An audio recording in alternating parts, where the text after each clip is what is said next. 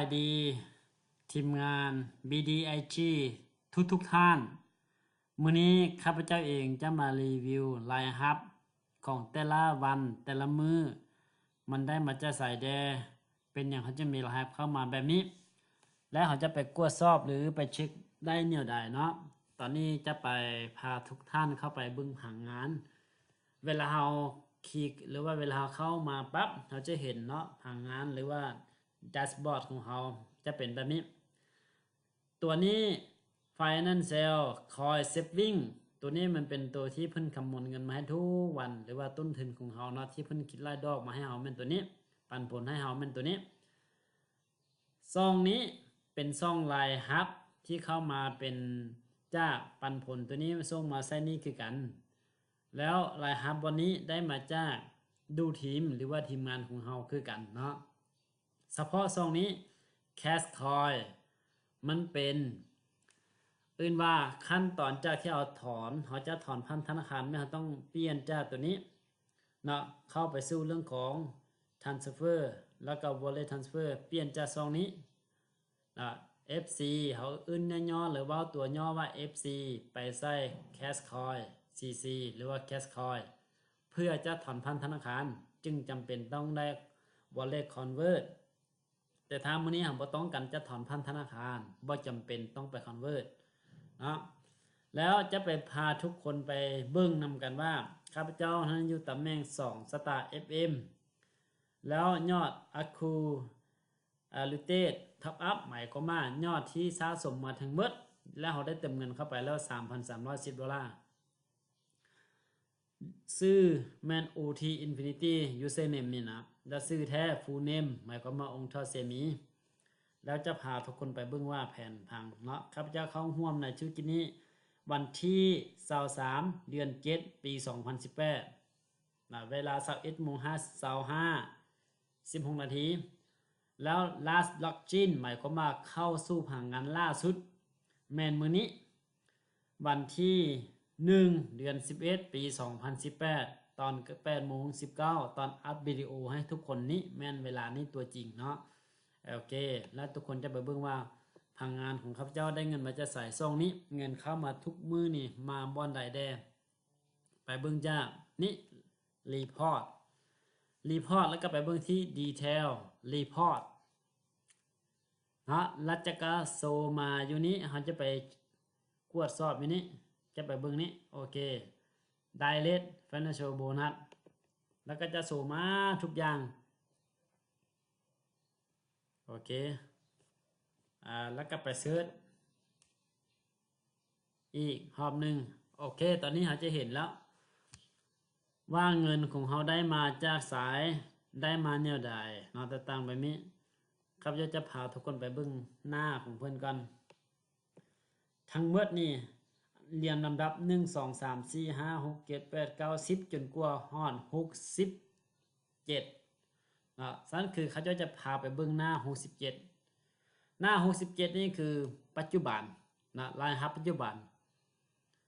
สรุปว่ารายรับปัจจุบันนี่เนาะครับจะมีรายรับจากภายได้มาจากผู้ใดแนวใดเนาะ Direct Financial Bonus Over Riding หมายถึงส่วนต่างของทุกตะย่างได้$2แล้ว Direct Financial Bonus Over Riding อันนี้ส่วนต่างเส้นเดียวกันเนาะ 0.20 อันนี้สปอนเซอร์ตรงเสียงยานี่นะ$2.22เพราะครับยาอยู่ตำแหน่ง$3,000ตัวคุณของครับยาเองแม่น 22% เป็นอย่างจังได้ที่ 2.20 ก็เพราะส่วนต่างอยู่ที่หรือตัวคุณของครับยามันอยู่ 22% Happy อันนี้คือส่วนต่างคือกันได้$1แล้ว Cultivate Bonus หมายถึงลูทีมสั้นที่3ของเฮานะลูทีมสั้นบ่แม่นขอโทษลูทีมสั้นที่2ของเฮาสั้นที่2ของเฮาแล้วต่อมานี้ Direct Financial Bonus Awarding อันนี้ก็คือลูทีมสั้นที่2ของเฮาแต่นี่คือส่วนต่างนี่เป็นส่วนต่างเนาะส่วนต่างระหว่างพวกนี้ cultivate โบนัสได้อีก 0.50 รายชื่อคนเดียวแต่มีรหัส2เทื่อย้อนหยังล่ะเห็นบ่เวลาเท่ากันมื้อนี้เวลาเท่ากันเดียวกันเวลาเดียวกันเพิ่นท็อปอัพเทื่อเดียวนี่เฮามีรหัสอยู่50กับ20นี่คือส่วนต่างครับเจ้าอยู่22%ส่วนต่างของครับเจ้าดูทีมเขาเจ้าคนนี้อยู่ที่20%มันจึงต่างกันที่2คูณเข้าไปจึง 0.20 เนาะนี่คือตัวนี้แล้วดูทีมคนนี้เป็นดูทีมสั้นที่2ของครับเจ้าเองซึ่งเพิ่นเองนี้สั้นที่2ของครับเจ้าได้รายรับอยู่ที่บริษัทใจมา 5% มันจึงเห็นโซอยู่นี้ 0.50 Direct โบนัสหมายความว่าผู้นี้คือผู้ติดตัวเลยเนาะจึงมีรายรับอยู่ $2.20 ผู้นี้ก็คือกันสรุปว่าเราท็อปอัพ$10ครับจะมีรายรับอยู่ $2.20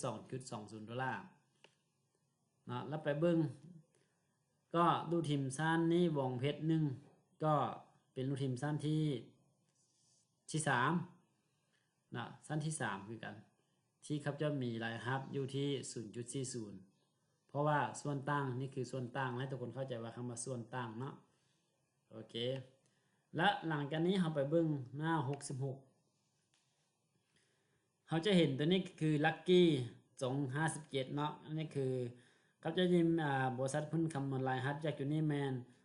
ส่วนต่างคือกัน $2.40 แมนเฉพาะมื้อนี้ตอน 4:31.09 นาทีเนาะหรือว่าของเดือนวันที่1เด้อนี่คือรหัสวันที่1แล้วยังมีอันนี้เป็นลูกทีมผู้นี้เป็นชั้นที่2ครับเจ้าเองเนาะจึงมีรหัสอยู่ที่$4อีกสรุปว่าเราต้องท็อปอัพหลายคือกันเนาะเพราะตัวคุณเขาเจ้าแม่น 5% แล้ว2 Star FM 2 Star FM โบนัสนี่ได้อยู่ 0.10 ท็อปทีม2 Star FM 0.10 นี่เป็นท็อปทีม5นะแล้วก็ตัวนี้คือกัน 0.10 นะท็อปทีม28 2 Star FM นี่คือหมายความว่าสั้นนี้เรามีรหัสอยู่ที่ 1.5% 1.5% เนาะแล้วผู้นี้ก็มี 0.20 คือกันเนาะแล้วมาเบิ่งหน้า65ก็ได้นำนี่อีกเนาะ BC 2987แล้วก็ทับพิมพ์3กงลี 0.15 สรุปว่าคนนี้เมื่อกี้ได้ไปแล้ว2รอบได้มาบวกอีกรอบนี้เป็น3เทื่อเห็นบ่กันที่เป็น2 Star FM มันดีแบบนี้แหละทุกท่านเอ้ยแล้วมาเบิ่งตัวนี้เนาะ 0.15 ก็เป็นจาก CS เท่าแล้วก็2 Star FM นี่ก็ 0.90 ก็เราจะลัคกี้สรุปว่า2 Star FM นี่ก็มีรหัสอยู่อีกรอบนึงคือกันเนาะโอเคแล้วมาบวกทีนี้อีก$1.2จะดาพาเนาะโอเค2 Star FM เหมือนกันนี่2 Star FM ที่มีรหัสนี่คำพง 0.10 ซึ่งเราต้องท็อปอัพ10%เนาะ$10แล้วก็มาบวก USI นี่คือ2 Star FM เก1 Star FM 1% อีก USI นี่ปกติเป็นชั้นที่ตัวเนาะแต่เพิ่นก็ลายอยู่สรุปว่านี่คือส่วนที่ได้อยู่ได้นี่ 0.40 โอเคแล้วก็วันซ้ายเวลาเดียวกันนี้เบิ่งเวลาแล้วมีรหัสอยู่2รอบ$1เจ้าวันซ้าย2 Star FM แล้ว2 Star โบนัส FM ก็ 0.70 ก็คือกันวันซ้ายคือกันเป็นอย่างจังได้2รอบเพราะว่าเพิ่นเป็นลูกทีมชั้นที่3ของครับเจ้าไปเนาะแล้วก็ซุกาโมจะลูกทีมชั้นที่3ก็อยู่ที่ 0.15 เห็นบ่ก็คือตัวนี้จะเห็น2 Star FM แล้วมาบวกกับเห็นบ่นี้ก็คือสัญญาก็2 Star FM มื้อนี้คือกันเวลาเดียวกันเนาะแล้วมาบวก 0.75 1ล้อเห็นบ่2 Star FM อันนี้ก็เป็นลูกทีมชั้นที่ตัวโอเคมันได้หลายขนาดนี้พ่นบ่มันคือมาใจมาเอาแท้ว่าเนาะ แล้ว2 Star FM โบนัสก็จะแฮปปี้อีกโอ้โห0.75 ดอลลาร์0.15 ดอลลาร์จาก